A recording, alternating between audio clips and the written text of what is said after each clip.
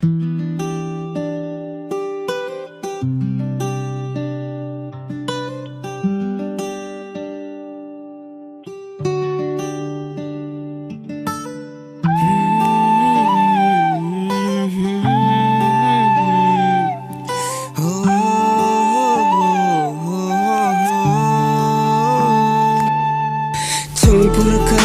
kami samen hai ni wa berkat oki yaitu porna chua ham sin yonga wadap doi thang suda wa pen thang poki ni im sin yonga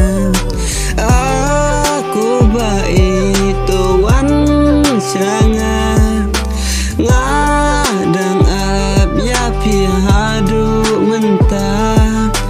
tuan close aku baik jangan tuan sehat kacingin jangan klaim berkat poki ya ini imaya hun pa ue ki do chatek nuti payam Dei tang ya pi bangalarai na do mensyuam Haba pi klem perkat ya kajing ika basisha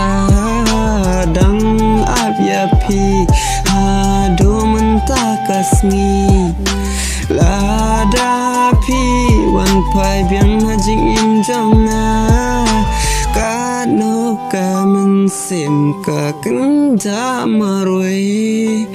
Klema piko baik yang neha pertai Kano kajing pangka mensim Haba pidon syaj ngai nanga Dai tang mapi bawan pun ngenaka Jing jonga man lakas ni Ngakwa bapin wan haka jing im jonga Dei tang ya pi maroi ngala chishan Dei mensen wa koi Dei mensen wa subak Lamoy ni ha mensen yonga Kwa o wan po hei jing im yonga Sa chi sen qua o em po wanga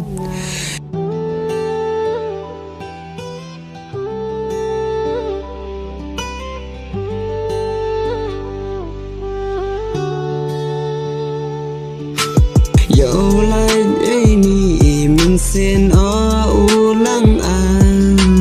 Hei jing im yonga kat pesnya o walang apisan Wampoi di ite imaya kam wadang na chuan